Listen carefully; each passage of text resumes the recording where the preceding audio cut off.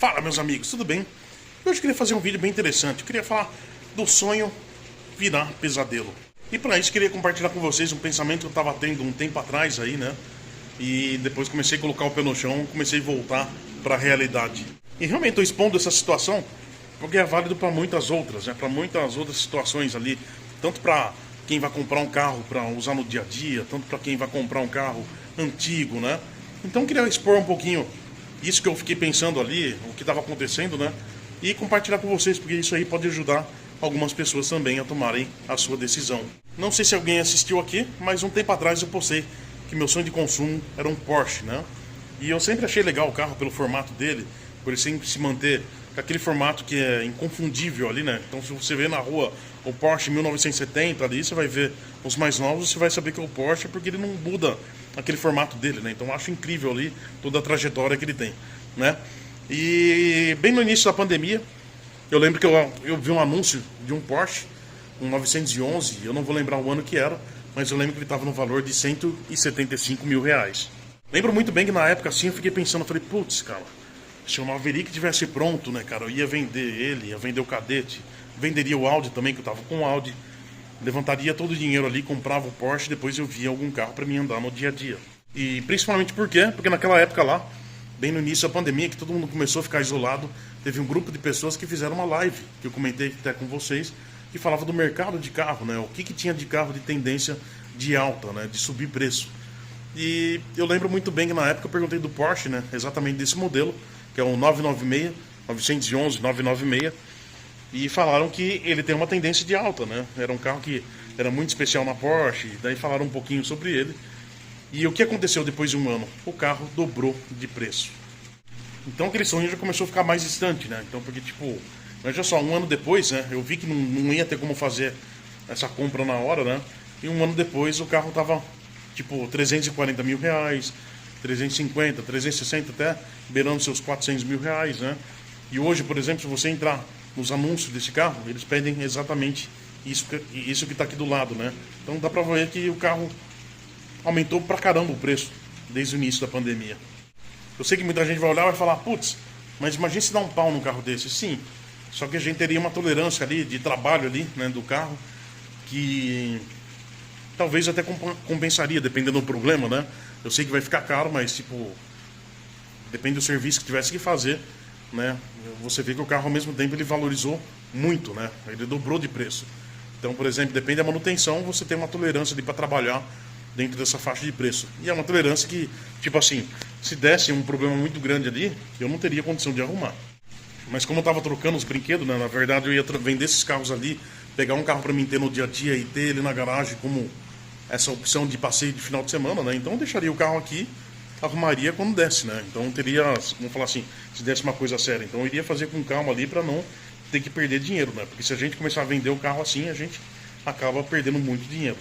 E aí que nessa live a minha segunda opção ali de carro, que eu lembro que eu fiz uma pergunta e realmente era um carro que eu teria interesse, né? Era a Mercedes C63, que é exatamente igual esse carro aqui do lado, né? É um carro que ele foi, acho que ele começou a ser comercializado em 2008, né? E tem uma mecânica super legal, é um carro muito bem construído, né? Então você vê que é um carro bem dimensionado, tem uma mecânica legal, de mais de 450 cavalos, se não me engano, né? Tem os freios legais, né? Então é um carro realmente que comporta tudo aquilo ali que está no carro, né? E é um carro que ele te oferece muito pelo preço que o pessoal estava pedindo na época. Então esse era um segundo carro, sabe? Que eu fiquei pensando, falei, putz, cara, isso aí daria para pensar, né? Tipo, vender o Maverick, vender o Opala não, o Cadete, né? Aí se tivesse que colocar mais um dinheiro ali em cima, depende do tanto que pegasse nos carros aqui, né? Entendeu? Porque a gente não tem ideia de quanto tá valendo, né? Mas assim, dependendo do tanto que tivesse valendo, dá para colocar um dinheiro em cima ali e pegar um carro desse. Só que aí que entra aquela luz, né? Que ajuda a gente a refletir um pouquinho. Eu tava na internet, né? Procurando informações, porque realmente a gente tem que buscar informações antes de dar aquele passo. Aí encontrei o canal do Paulo Corni, né? Que é um cara que ele faz bastante matéria, falando dos carros premium ali, de manutenção, quanto custa para manter, né? E ele fez um vídeo exatamente da Mercedes C63, né? O quanto custava para levantar uma Mercedes C63, ou seja, você comprar uma Mercedes malhada, como ele fala, né? Um carro que não está em boas condições para você realmente deixar no ponto para você ter uma segurança ao andar com o carro. E realmente você vê que custa muito caro. Então por isso que eu comecei o vídeo aqui falando que essa situação aí vale para muitas outras, né? Porque são situações que a gente tem que pensar muito bem antes de dar aquele passo. Então tanto pode ser para um carro para a gente passear ali de final de semana, tanto pode ser para um carro para a gente realmente andar no dia a dia, né? Então tudo tem que ser muito bem pensado, porque a gente pode do sonho virar um pesadelo, né?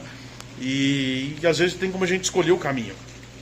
Por que eu digo isso? Porque é a mesma coisa da Mercedes ali, aí que acontece, né? Quando você começa a ver os anúncios, né? Existem tantos anúncios das Mercedes baratas que a gente vai falar, tá barato esse, vou comprar esse. Tá, mas nem sempre o barato tá bom, né? E aí que tem a questão das pessoas que realmente vai ter um carro em boas condições, que fez as manutenções tudo certinho, que gastou uma puta grana para manter o carro, o cara vai pedir caro, o cara não vai pedir barato, né? E aí tem essa questão de você comprar um carro surrado e querer levantar e vai gastar uma fortuna. E às vezes até pode ultrapassar o valor de um carro que está já bom em estado e você achava que estava muito caro. Então por isso que eu falo que os vídeos na internet vêm para ajudar, né? Porque depois que eu vi o vídeo do Paulo Corner, eu falei, putz, eu tenho que pensar bem, cara. Porque às vezes um sonho ali pode virar um pesadelo. Mesmo sendo um carro ali que eu vou usar de final de semana ali para dar um passeio e tudo mais. Lembrando também que tinha questão de IPVA, porque é um carro que começou a ser vendido aqui ali, né, essa Mercedes C63 em 2008, né, então teria mais alguns anos de IPVA, né, e aí que entra a questão da nossa prioridade, né, o que a gente quer de prioridade para aquele momento, né, a gente quer ter o carro na garagem ali, um carro que você vai ter que pagar um IPVA, ou você prefere economizar nesse IPVA, fazer alguma outra coisa, né, enfim, então tem que colocar tudo na ponta do lápis ali, tudo na nossa questão ali, financeira ali, né, a questão da nossa vida, né, para ver se realmente vai valer a pena ou não. É lógico, a gente tem que sonhar sim, mas a gente tem que sonhar com o pé no chão. Então, por isso que eu dei uma desanimada, né, falei, eu não vou fazer isso agora, né, às vezes eu penso sim em vender, meu cadete às vezes eu coloco para vender anunciado, né, deixo anunciado para ver que aparece, né, mas realmente se eu vender ele eu vou atrás de outro carro de novo, né, não é para ficar sem, né, e o Maverick, às vezes também penso, né, só que entra aquele detalhe, porque quando você está com o carro ali na sua mão, você sabe o carro que você está, né? Você sabe o que tem que fazer. O Cadete mesmo, um carro bonito, tudo mais, vocês podem ver aqui, é um carro legal para quem vê o vídeo, né? Mas eu sei que tem que fazer algumas coisas nele, né? O Maverick também sei que tem que fazer algumas coisas. Então a gente conhece. Agora, a gente vender isso aí para partir para um negócio que a gente não sabe ainda, né? A não ser que realmente você faça uma boa compra, né? Você leva para um especialista para avaliar o carro e tudo mais, como acontece com esse tipo de carro premium, né? E não tem como você dar um tiro no escuro. Realmente você tem que levar para um cara que conhece para realmente você não tomar prejuízo. Você saber que você está pagando o valor correto, né? Imagina se você tem a opção, tem dois carros com o mesmo preço, né? Aí tem um que está zoado pra caramba, aí tem outro que está realmente em boas condições, porque o cara manteve o preço. Aí você vai lá e compra aquele que está zoado pra caramba. Aí você tem que gastar mais dinheiro do que aquele que estava bom, entendeu? Então assim, você tem sim que procurar realmente uma coisa que você compre corretamente, né? Para você não ter prejuízo. E eu já tive a experiência com o Audi mesmo, né? Eu contei aqui para vocês, né? Da parte mecatrônica dele. Foi um carro que eu comprei para 2015. Em 2022 ele teve problema com a mecatrônica. Foi a primeira vez. Ele não tinha histórico de troca da mecatrônica na concessionária, né?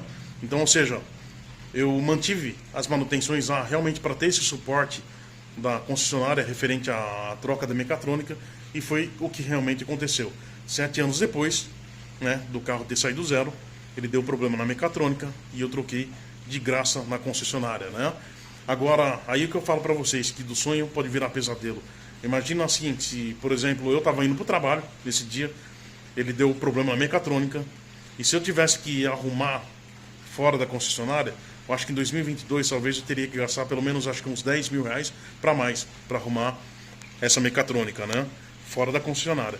Então, assim, seriam 10 mil reais de surpresa, que cairia de presente no seu colo para você fazer seu carro de uso diário voltar a funcionar.